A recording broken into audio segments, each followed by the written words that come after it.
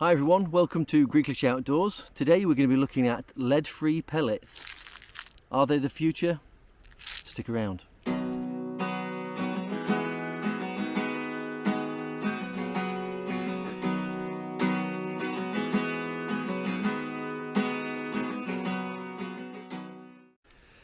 So many of you shooters out there might have heard that the EU and the UK are going to start looking at a ban on lead shot and lead pellets. Therefore, at some stage we're going to have to move to lead-free pellets. What I wanted to check out is, are they any good? So I've picked 8 different style of lead-free pellets by different manufacturers, and we're going to test them out today. We're going to be looking at the PBA Armoured and Raptor Alloy Pellets by Gammo, the Excite Prometheus and the Field and Trophy by H&N. We'll also have the Skenko Heavy Long Distance and Hypervelocity, and finally the Daisy Matrix and IRP lead-free pellets. First of all, we're going to go through their price. So we have the Daisy Matrix. It's a 15.8 grain pellet.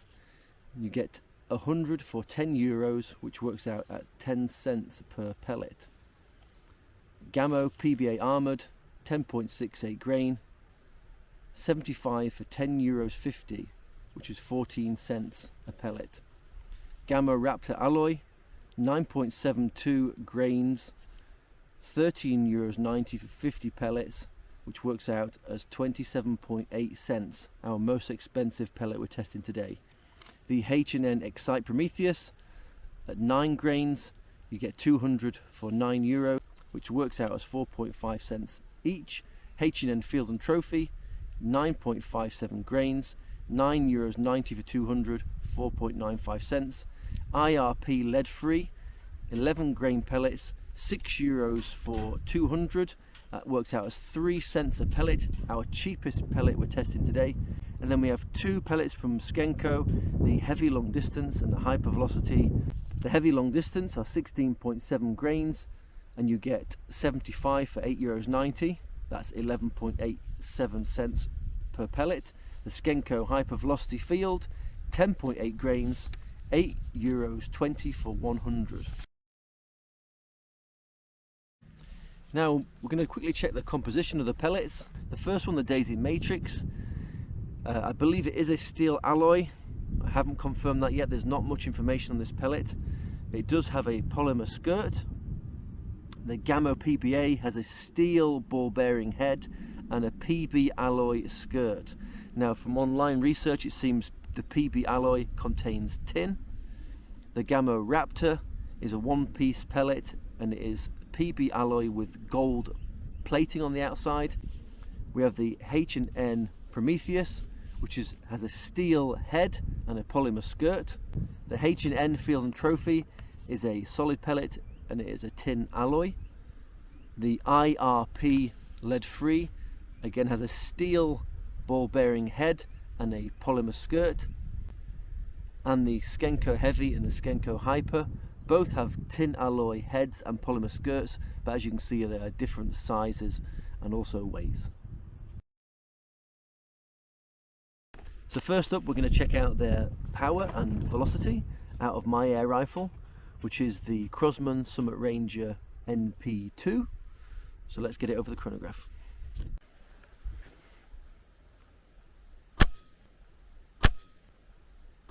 In third place, the H&N Excite Prometheus with a average velocity of 274.2 meters per second. The H&N Field and Trophy in second with a mean velocity of 276.8 meters per second, and in first place the IRP lead-free pellets with a mean velocity of 302.2 meters per second. Next, the power output from the gun. Third place was the H&N Field and Trophy with 23.8 joules or 17.5 foot-pounds. Second place, Gammo PBA Armoured, 24.7 joules or 18.2 foot-pounds. And in first place, the IRP lead-free, 32.5 joules or 24 foot-pounds. That's because they were going so fast out of the barrel. Right, I've put a cheap scope on the air rifle. This is by JS Tactical. So from about 35-40 meters away, let's see how accurate these pellets are.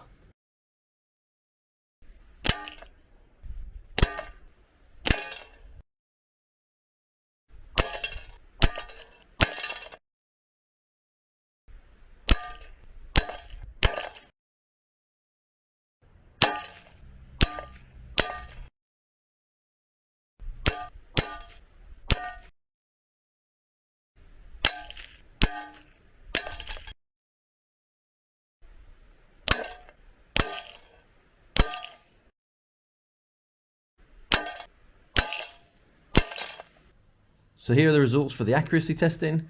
Again, I'm not going to go through all of them individually, so pause now if you want to go in detail. In third place, the Gamo PBA Armoured with a spread of 29 millimeters. Second place, the H&N Excite Prometheus with a spread of 26 millimeters.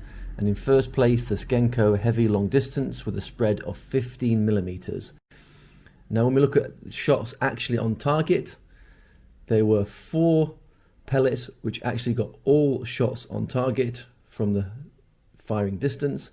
That was the Gamma Raptor Alloy, the H&N Excite Prometheus, the H&N Field and Trophy, and the Skenko Heavy Long Distance. Right, so now let's check out penetration of these pellets. Previously on pellet tests I've used ballistics gel, but this time I'm actually going to use ham. I've got 4 packets of ham to simulate flesh. I've just taped them together with some basic sellotape, a little bit of paper on the front and the back just for structure. Let's see how far each one penetrates through the ham.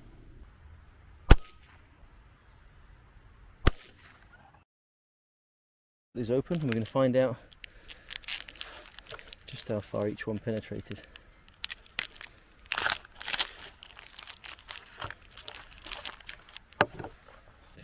Right, well unfortunately every single pellet passed through all 4 packs of ham, which is just over 10 centimeters thick. So penetration tests, they're all pretty good in ham. Right, here are the results from the penetration tests. As all the pellets went straight through all of the packs of ham, they all get equal points here.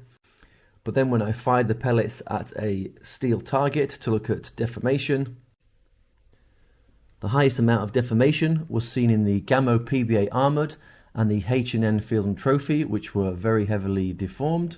Next was the Gamma Raptor Alloy. The softer pellets here showed the highest amount of deformation, which were the Gamo PBA Armoured, the H&N Field and Trophy, and the Gamo Raptor Alloy. The ones with steel heads showed very little deformation at all, just slightly scuffed. The Skenko Heavy and Hyper, although they say they contain tin, they seem just as hard as the other steel ended pellets. What you do see is the plastic skirts were all broken. So that's all the testing done. Let's go back to the office and see what we found out overall. So here's the overall scoring chart. I did also rate the pellets for quality, so the quality of their build, between 1 and 5. When I totaled the scores, the pellet which came in first place would get a maximum score of 8 points. The pellet coming in 8th place would get the lowest score of 1 point. I then totaled all the points up together, and here you can see the overall rankings, with the H&N Field and Trophy overall being the best pellet with 39 points. Second place, H&N Excite Prometheus with 37 points, and the Gamo PBA Armoured with 35 points in third place.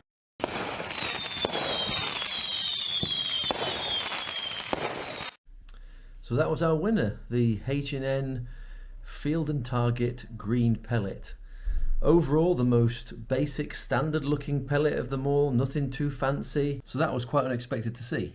I should mention that the barrels on your gun will be designed to take lead pellets, and therefore lead-free pellets which are harder, for example the ones containing steel, could potentially damage your barrel over time. So it's really important to clean your barrel often and to keep an eye on any heavy debris that is coming out the end.